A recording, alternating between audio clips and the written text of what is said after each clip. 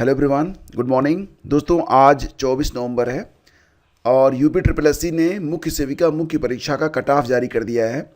इसमें cut off सभी के लिए लगभग सेम है। अगर आप देखेंगे तो केवल अनुसूचित जनजाति की जो कट ऑफ है ये थोड़ी सी कम है, 46.7241 है।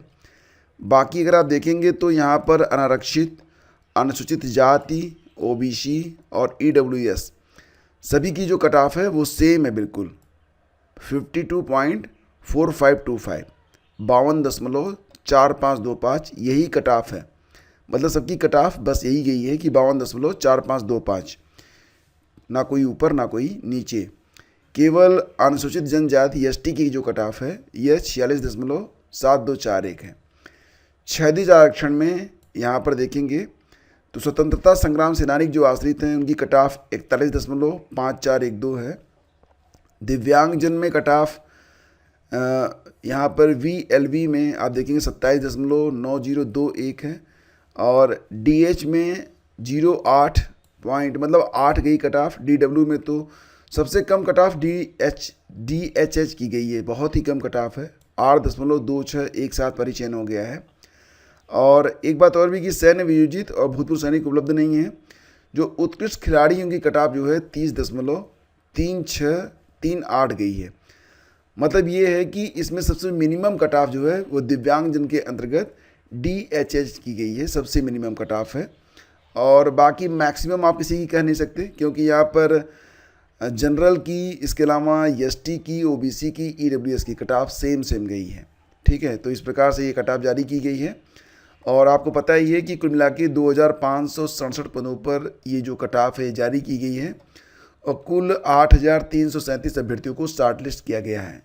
8337 अभ्यर्थी शॉर्ट लिस्ट किए गए हैं। अब इनका जो डॉक्यूमेंट वेरिफिकेशन होगा, अभिलेख परीक्षण, इसका कार्यक्रम जो है वेबसाइट पर बाद में जारी किया जाएगा, ये जानकारी मिल रही है। बाकी चीज़ें वेल नोन है। इसमें आपको पता ही है कि 126 सीटें जो हैं वो फ़िलहाल बचा के रखी गई हैं और उस पर निर्णय कोर्ट का फैसला आने के बाद किया जाएगा। कुल सीटें 2693 थी और 2022 की ये वैकेंसी थी, 2023 में इसकी परीक्षा हुई थी। इसके बाद जो मामला था कोर्ट में गया था, तो 126 सीटों को खाली रखते हुए बाकी 2567 सीटों पर यहाँ पर जो ये कट ऑफ है लगा दी गई है और अभिलेख परीक्षण के लिए अर्ह अभ्यर्थियों को कट ऑफ जारी किया गया है, आप देख ही रहे हैं यहाँ पर। फिलहाल फ्रेंड्स एक खबर यहाँ पर बिहार से आ रही है। बिहार में जो डोमिसाइल नीति है उसको लेकर ये बहुत इम्पॉर्टेंट न्यूज़ है। बहुत सारे लोग ये कह रहे हैं कि अगर बिहार में डोमिसाइल नीति लागू हो गई तो क्या होगा। मतलब एक घबराहट है और सोशल मीडिया में इस पर अक्सर प्रश्न पूछे जाते हैं। तो बिल्कुल आप लोग चिंता मुक्त रहिए। बिहार में जो BPSC TRE 4 होने वाली है, अगले चरण की जो शिक्षक भर्ती होने वाली है, उसमें बिल्कुल भी जो डोमिसाइल है वो लागू नहीं होगा। यानी कि अदर स्टेट वाले भी आवेदन कर पाएंगे, जैसे कि आप TRE 1, TRE 2 और TRE 3 में किए थे। तो फिलहाल यहाँ पर आप देखेंगे तो श्री अख्तरुल ईमान माननीय मतलब इन्होंने जो है एक सवाल किया था, तारांकित प्रश्न है ये, और इसका जवाब दिया है श्री सुनील कुमार, माननीय मंत्री शिक्षा विभाग, पटना, बिहार। तो इन्होंने प्रश्न ये पूछा था श्री अख्तरुल ईमान ने कि क्या यह बात सही है कि राज्य में डोमिसाइल नीति लागू ना होने से बाहरी राज्यों के अभ्यर्थियों की संख्या शिक्षक बहाली में तुलनात्मक अधिक है। इन्होंने कहा था कि क्या यह बात सही है कि शिक्षक बहाली में डोमिसाइल नीति लागू ना होने से राज्य के युवाओं को रोजगार में जो अवसर मिलना था उनको ना मिलकर राज्य के बाहर के मतलब अदर स्टेट के जो बच्चे हैं उनको ये फ़ायदा मिल रहा है। और कह रहे हैं कि यदि उपर्युक्त खंडों के उत्तर स्वीकारात्मक हैं, अगर इसके जवाब हाँ में हैं, तो बताइए कि शिक्षक बहाली में डोमिसाइल नीति लागू ना करने का क्या औचित्य है। तो इसका जवाब बहुत ही शानदार तरीके से यहाँ पर दिया गया है कि वस्तु स्थिति यह है कि भारत के संविधान के अनुच्छेद 309 के परंतु के अधीन प्रदत्त शक्तियों का प्रयोग करते हुए बिहार राज्य विद्यालय अध्यापक नियुक्ति, स्थानांतरण, अनुशासनिक कार्रवाई एवं सेवा शर्त नियमावली 2023 में संशोधन करके नियमावली बनाई गई है, जिसमें अभ्यर्थी को भारत का नागरिक हो का प्रावधान है। वर्तमान में उक्त के आलोक में शिक्षक बहाली में डोमिसाइल नीति लागू करने का प्रस्ताव विभाग में विचाराधीन नहीं है। मतलब आप बिल्कुल निश्चिंत रहें, अगर आप अदर स्टेट के हैं तो भी BPSC TRE 4 में आपको अवसर यहाँ पर मिलने वाला है। तो ये आप देख रहे हैं 22 नवंबर को यहाँ पर अपर सचिव शिक्षा विभाग बिहार पटना की इस पर मुहर भी लगी है। तो चलो यहाँ पर एक अच्छी बात यहाँ पर ये निकल के आ रही है कि बीपीएससी टीआरई 4 में अदर स्टेट वाले आवेदन कर सकेंगे। बहुधा ये सवाल लागू हो रहा था, कई बार पूछा जा रहा था कि बीपीएससी टीआरई 4 में ऐसा तो नहीं है कि डोमिसाइल लागू हो जाए और फिर अदर स्टेट वाले आवेदन ना कर पाएँ। तो इसका जवाब बिल्कुल आपको मिल चुका है, अदर स्टेट के हैं तो आपको चिंता करने की आवश्यकता नहीं है, तैयारी में लगे रहें। बात करते हैं टीजीटी 2013 के रिक्त पदों का खुलासा करे सरकार। अब देखो 2013 11 साल के बाद यहाँ पर कोर्ट के आदेश के बावजूद 307 चयनितों को नहीं दी गई नियुक्ति। तो मामला टीजीटी 2013 का है। इलाहाबाद हाई कोर्ट ने टीजीटी 2013 के विज्ञापित पदों के सापेक्ष की गई नियुक्तियों की संख्या का खुलासा कर 13 दिसंबर तक सरकार से हलफनामा तलब किया है। यह आदेश न्यायमूर्ति सलिल कुमार राय की अदालत ने अलीगढ़ के सत्येंद्र सरोज व अन्य की ओर से दाखिल अवमानना याचिका पर दिया है। मामला टीजीटी 2013 के 307 उन चयनित अभ्यर्थियों से जुड़ा है जिन्हें अब तक नियुक्ति प्रदान नहीं की गई है। एग्जैक्टली सीन ये था कि टीजीटी 2013 के कुल 5723 पदों का विज्ञापन जारी किया गया था। बाद में विज्ञापित पदों की संख्या को घटा दिया गया था, इन्हें घटाकर 4556 कर दिया गया था। इसके खिलाफ अभ्यर्थी जो थे वो हाई कोर्ट में याचिका दाखिल किए थे। इसके बाद कोर्ट के आदेश पर 1167 पदों की नियुक्ति के लिए पैनल जारी किया गया था। मतलब कहा गया कि 1167 जो अभ्यर्थी हैं इनकी नियुक्ति की जाएगी। इनमें से 860 को तो नियुक्ति मिल गई, लेकिन 307 को नियुक्ति नहीं मिल पाई। ये जो 307 हैं ये अब तक भटक रहे हैं और कोर्ट के आदेश का अनुपालन नहीं होने पर याचियों ने अवमानना याचिका दाखिल की है। फिलहाल अब सरकार ने ये कहा है कि टीजीटी की जो रिक्त पद हैं उनकी जानकारी दी जाए।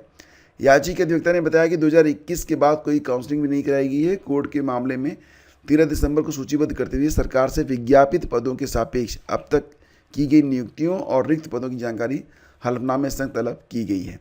तो आप देख रहे हैं कि कितनी पुरानी भर्ती है। इसलिए मैं आप लोगों से बार बार कहता हूँ कि जो भी वैकेंसी सामने हो उनमें आप अपना पूरा एफर्ट डालें। नेक्स्ट टाइम के चक्कर में मत पड़िए भाई साहब, उम्र निकल जाती है, बहुत सारों की उम्र निकल भी चुकी है और सिर्फ उन्होंने अपना पूरा प्रयास इसलिए नहीं किया कि इस साल तो बिजी हैं या इस साल तैयारी नहीं हो पाई। नेक्स्ट टाइम जो भी समय आपको मिल रहा है ना परीक्षा के लिए, आप बिल्कुल मत सोचिए कि आपने तैयारी नहीं की है तो अब तैयारी करने से क्या फ़ायदा। देखो घर से निकलोगे तो आप निर्णय ले पाओगे कि कहाँ पर जाम लगा है, कहाँ पर फाटक बंद है, और जब फाटक बंद रहेगा तो वहाँ पर पहुँचने के बाद निर्णय ले पाओगे कि कितनी देर इंतजार करना है और आगे इन बाधाओं को कैसे पार करना है। घर में बैठे रहोगे और वेट करोगे कि सभी सिग्नल जब ग्रीन होंगे तब मैं यात्रा शुरू करूंगा, तो ऐसा पॉसिबल ही नहीं है। तो बिल्कुल आप लोग ना यहाँ पर अपनी पढ़ाई तो करते रहो। जो भी समय बचा है ठीक है, समय घट बढ़ भी सकता है, ऐसा नहीं है कि समय घटेगा बढ़े या नहीं। कभी कभी परीक्षाएँ जो होती हैं वो पोस्टपोन भी हो जाती हैं, लेकिन अगर आपकी तैयारी है और परीक्षा जो है पोस्टपोन हो ना हो कोई फ़र्क नहीं पड़ता है। मैं यहाँ पर सभी परीक्षाओं के संदर्भ में बात कर रहा हूँ और ये भी आप लोगों से कहना चाहता हूँ कि जो भी समय आपको मिल रहा है, जिस भी परीक्षा के संदर्भ में आप तैयारी कर रहे हैं, जो भी समय बचा है अपने आप को पूरा उसी में झोंक दें, क्योंकि अगर आपके पास आपका कैरियर नहीं है ना तो समाज में भी आपकी कोई इज्जत नहीं है, साफ साफ बोलता हूँ। और यहाँ आप देख सकते हैं उत्तर प्रदेश लोक सेवा आयोग यूपीपीएससी ने दिसंबर के पहले सप्ताह में सहायक अभियंता भर्ती के लिए सम्मिलित राज्य अभियंत्रण सेवा 2024 का विज्ञापन जारी करने जा रहा है। ये मैंने आप लोगों को ऑलरेडी बताया भी हुआ था, उस पर एक नोटिस भी जारी हुई थी और कहा जा रहा है कि क्योंकि इसके पहले जो भर्ती हुई थी वो काफ़ी पहले थी, 2021 में हुई थी, तब 283 पद थे। इस बार 555 पदों पर भर्ती करने की तैयारी है। तो निश्चित रूप से इस बार क्योंकि भर्ती जो है लगभग 2021 के 3 साल के बाद आ रही है, तो मतलब आवेदक जो हैं बढ़ेंगे। लेकिन एक बात और भी जानिए कि यहाँ पर OTR के बगैर कोई आवेदन नहीं कर पाएगा। दूसरी बात ये कि ये जो AE का पद होता है ना, सहायक अभियंता का जो पद होता है, इस पर बीटेक वाले ही मोस्टली आवेदन करते हैं या फिर वो लोग आवेदन करते हैं जिनके पास तकनीकी योग्यता होती है। तो ये बात भी है। तो सारी बातों के मद्देनज़र आप आपसे ये कहना चाहेंगे कि अगर आपने OTR नहीं किया तो पहले तो आप OTR कर लो, क्योंकि OTR के बिना आने वाली जो भर्तियां हैं GSE प्रवक्ता की या फिर LT ग्रेड की या फिर कोई भी भर्ती जो नया विज्ञापन जारी होगा सामान्य स्नातक के लिए, बिना OTR आप उसमें आवेदन नहीं कर पाएंगे। और OTR मस्ट होता है, क्योंकि OTR करने के बाद उसका जो नंबर आपको मिलता है वो हमेशा के लिए रहता है। ऐसा नहीं होता कि OTR फिर से आपको करना पड़ेगा। एक बार आपने कर लिया OTR, बस आपका काम हो गया। और OTR के बाद भी जो जानकारी आप सबमिट करते हैं वेबसाइट पर, उसमें भी आप सुधार कर सकते हैं। ऐसा नहीं है कि सुधार नहीं कर सकते हैं। तो ऐसी स्थितियों के मद्देनज़र आपका जो OTR हो जाना चाहिए। कई बार ऐसा होता है ना कि जब विज्ञापन आ जाता है, उसके बाद बच्चे जो होते हैं वो OTR करने बैठ जाते हैं, तो उस समय संख्या इतनी ज़्यादा होती है कि सर्वर ही उनका काम नहीं करता है, तो बड़ी दिक्कत होती है। जो काम आप 10 मिनट में कर सकते हैं उसे करने में आपको 10 घंटे लगते हैं। फिलहाल यहाँ पर खबर यह है कि यूपी रोडवेज संविदा पर भी भर्ती होने वाली है 220 चालकों की। अगले माह झूंसी में 10 और 11 दिसंबर को कैंप लगेगा और इसमें 8वीं पास युवा जो हैं यूपी रोडवेज के प्रयागराज रीजन में संविदा पर चालक बन सकते हैं, संविदा पर, ठीक है। और 220 पद हैं यहाँ पर, सभी की भर्ती जो होगी वो संविदा पर होगी। भर्ती कैंप में एक ही दिन में आवेदन, ड्राइविंग टेस्ट, आज की प्रक्रिया पूरी होगी। तो अगर आप संविदा पर रोडवेज में ड्राइवर बनना चाहते हैं तो आराम से जाके यहाँ पर डेट नोट कर लीजिए, समय नोट कर लीजिए, आप जाके वहाँ पर अपना जो है टेस्ट वगैरह दे सकते हैं।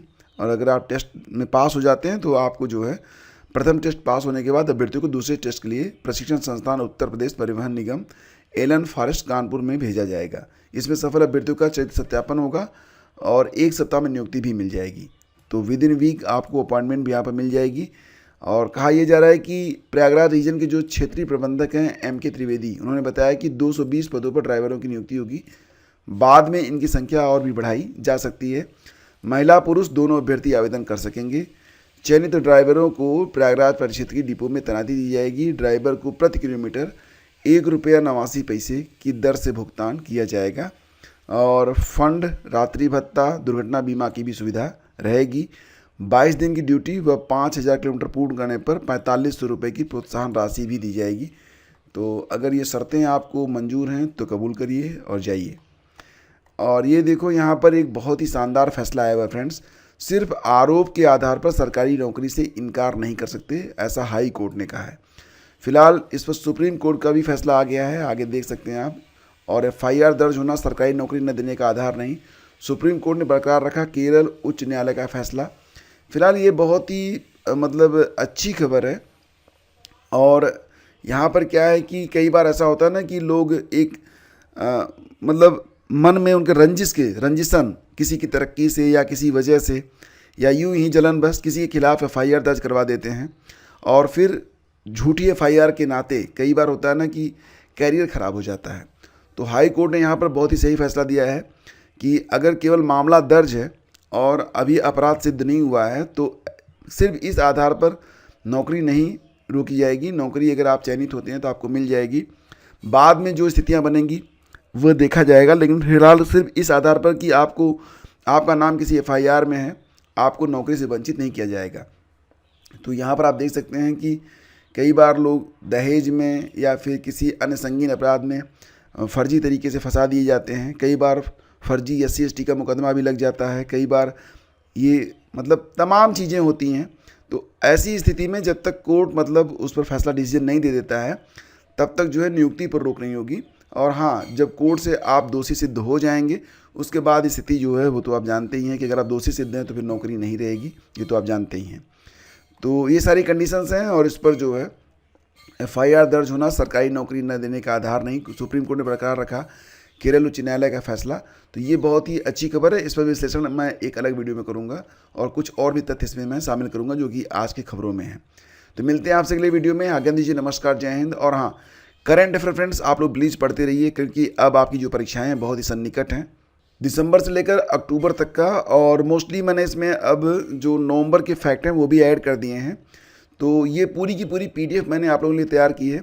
और निश्चित रूप से आप चाहे BPSC TRE 4 तैयारी कर रहे हों, PCS दे रहे हों, RRR दे रहे हों, UP SSSC की परीक्षाओं की तैयारी कर रहे हों, जहाँ पर भी करंट अफेयर पूछा जाता है ना, इस PDF से आपको बहुत सारे प्रश्न मिलने वाले हैं। यहाँ पर आप देख रहे हैं कि बहुत ही सरल भाषा में। और सबसे अच्छी बात इसमें ये होती है ना कि यहाँ पर जो तथ्य दिए गए हैं उससे संबंधित जो अन्य तथ्य होते हैं वो भी आपको एक ही जगह पर मिल जाते हैं। मतलब रिवीजन करने के लिए आपको कुछ और जगह नहीं जाना है, सारे फैक्ट आपको एक ही जगह पर मिल जाते हैं। अब यहाँ पर मैं आपको एक एग्जांपल दे देता हूँ, आप यहाँ देख सकते हैं। जैसे कि ये फरवरी का है, फरवरी का ये पूरा का पूरा है और पेजेस बहुत कम है। अगर आप इसका प्रिंट लेना चाहें और आप जाएंगे प्रिंट वाले के पास, उससे ये बोल दीजिएगा कि एक पेज पर मतलब एक पन्ने पर 4-4 पेज वाला जो प्रिंट आउट होता है ना बोथ साइड, वो करवाएंगे तो आपको ये 50-55 पेजों में पूरी की पूरी वार्षिकी मिल जाएगी। अब देखो जैसे कि यहाँ पर मैंने ये फरवरी की खबर है, खेलो इंडिया यूथ गेम्स में शीर्ष पर कौन, तो फिलहाल जैसा आप जानते हैं खेलो इंडिया यूथ गेम्स 2024 का ये छठा संस्करण था। आयोजन 19 जनवरी से 31 जनवरी 2024 के बीच में किया गया था। तमिलनाडु के 4 शहर में, चेन्नई, मदुरै, त्रिची और कोयम्बटूर में। शुभंकर रहा था वीर मंगई, और इस बार खेल में स्क्वैश भी शामिल था। एग्जाम में भी प्रश्न आ सकता है ना कि इस बार खेलो इंडिया यूथ गेम्स 2024 के अंतर्गत जो कि छठा संस्करण था उसमें कौन सा नया खेल शामिल किया गया था। ऑप्शन दे दिए जाएंगे और उसमें स्क्वैश भी रहेगा। अगर आपने पढ़ा हुआ है तो आंसर दे पाएंगे, अदरवाइज नहीं दे पाएंगे। ठीक है। और जैसे कि यहाँ पर देखेंगे हिम तेंदुआ रिपोर्ट के बारे में यहाँ पर बात की गई है। हिम तेंदुआ रिपोर्ट के अनुसार भारत में हिम तेंदुओं की संख्या कितनी है। चलो ये 718 हो गई, ये कॉमन है, सबको पता होगा। लेकिन कुछ फैक्ट यहाँ पर हैं, जैसे कि देश में पहली बार स्नो लेपर्ड यानी कि हिम तेंदुआ का survey wildlife institute of India ने किया है। तो पूछ लेगा कि सर्वे किसने किया है। ठीक है। ये भी पूछ सकता है कि ये डाटा कब से कब तक का है, तो 2019 से 2023 के बीच का है। पर्यावरण मंत्री भूपेंद्र यादव हैं। और सबसे ज़्यादा हिम तेंदुओं की संख्या किस राज्य में है, तो उत्तर होगा इसका लद्दाख में। और देखो यहाँ पर लद्दाख के बाद उत्तराखंड में 124 है, हिमाचल में 51 है, सबसे कम जम्मू कश्मीर में है। जबकि अगर ये ऑप्शन में रहेगा तो आपको लगेगा कि लद्दाख में 477 है तो जम्मू में भी होंगे, क्योंकि दोनों सटा हुआ है। लेकिन ऐसा नहीं है, लद्दाख में तो है 477 लेकिन जम्मू में मात्र 9 है। तो इस प्रकार से आप देखेंगे तो आपको लगेगा कि बहुत सारे फैक्ट हैं यहाँ पर जो कि आपको पता नहीं है। और देखो प्रतिदिन शाम को मैं आपको पढ़ने का तरीका बताता हूँ। रोज़ शाम को जब आप भोजन कर लिया करें उसके पश्चात बस करंट अफेयर ही पढ़ा करें और टीवी मोबाइल देखना बंद कर दें। रोज़ प्रतिदिन खाना खाने के बाद जो भी समय मिलता है आपको सोने से पहले 1 घंटा, आधे घंटे, 1.5 घंटे, जितना समय मिले, जब तक आपको नींद ना आए तब तक करंट ही पढ़िए। आपका करंट बहुत ही बेटर हो जाएगा। लेकिन स्टडी मटेरियल कहाँ से यूज करेंगे, ये आप अगर आपके पास अपना है या फिर आप कोई मैगजीन पढ़ते हैं, चलो जहाँ पर भी आपको लगे। लेकिन मैगजीन में ना बहुत सारी चीज़ें ऐसी होती हैं जो कि पढ़ने योग्य नहीं होती हैं। यहाँ पर जो चीज़ें आपको मिलेंगी बिल्कुल आपको पढ़ने योग्य मिलेंगी। खैर बात लंबी हो रही है, यहीं पर समाप्त करते हैं। मिलते हैं आपसे अगले वीडियो में। PDF के लिए आप डिस्क्रिप्शन चेक कर सकते हैं। Thank you, have a great day, जय हिंद।